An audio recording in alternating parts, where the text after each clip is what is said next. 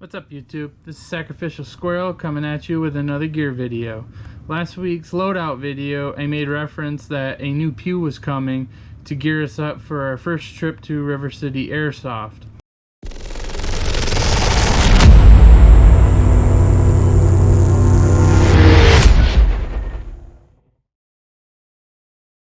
So lo and behold, it finally has arrived. UPS decided to hold on to it, and it was sitting in Syracuse for about 4 days before it finally moved, so it definitely could have came up sooner, but at the end of the day it is finally here.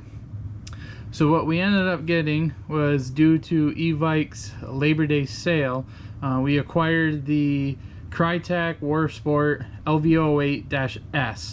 There is the Dash C, which is a longer barrel, but what was actually on sale was the Dash S, and it was a good sale.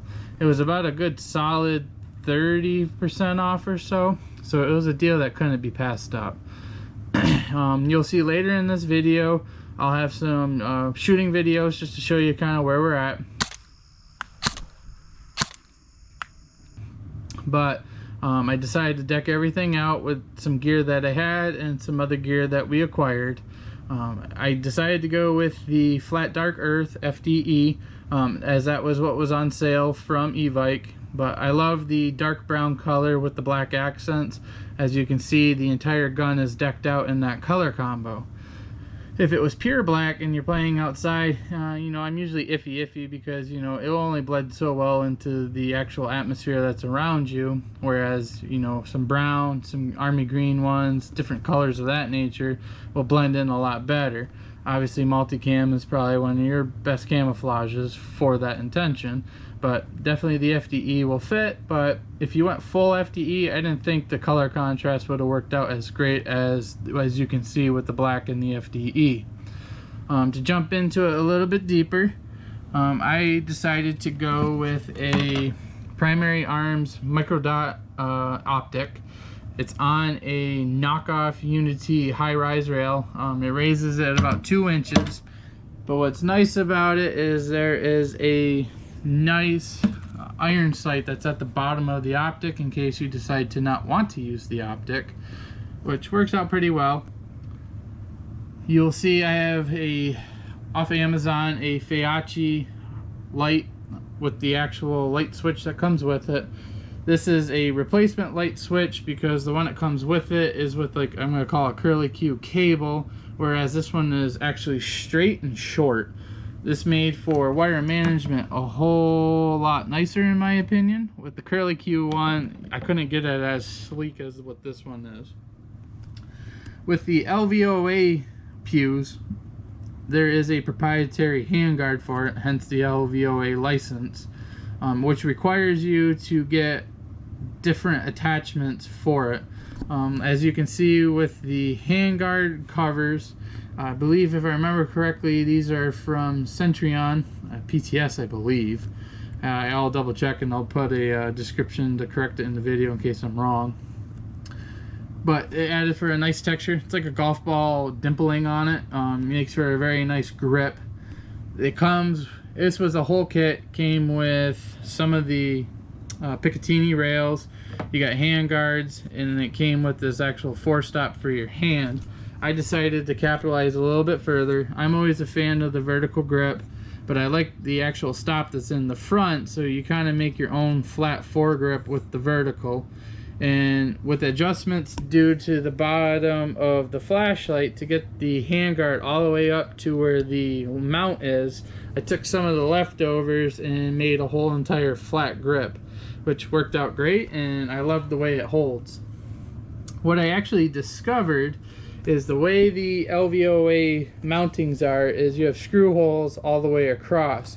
What conveniently works out is M-LOK has the exact same bolt spacing as this LVOA does. So my flashlight, if we can get it in there, is actually a M-LOK mount, and it works out great. I had to replace the bolts because the bolts on the LVOA are smaller than a standard M-LOK, but it works out perfectly fine.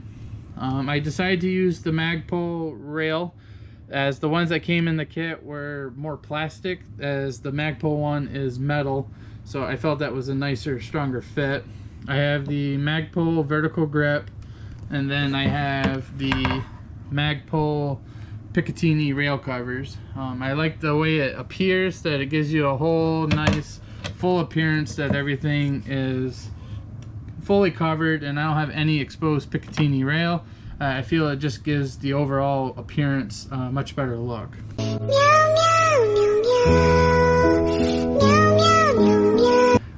For the other side, I have a complete covering all the way through, and then I'm going with a quick disconnect style sling mount, as the buttstock has them built in.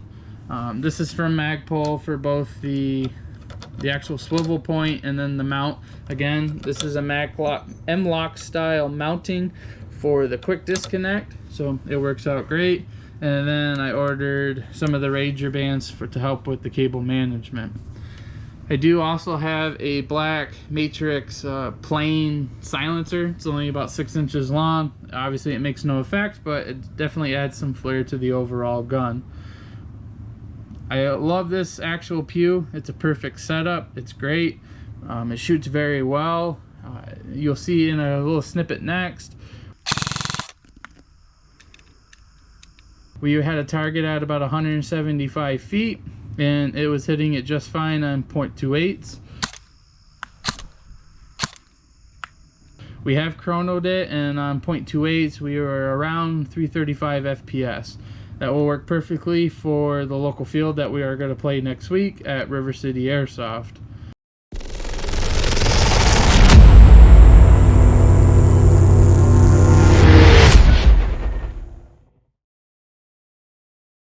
If you got any more comments, make sure you put it down, like, subscribe, and let's get us closer to 500. Peace out. I have a very important message for you. You can hit the like, subscribe, and notification bell, and you can be informed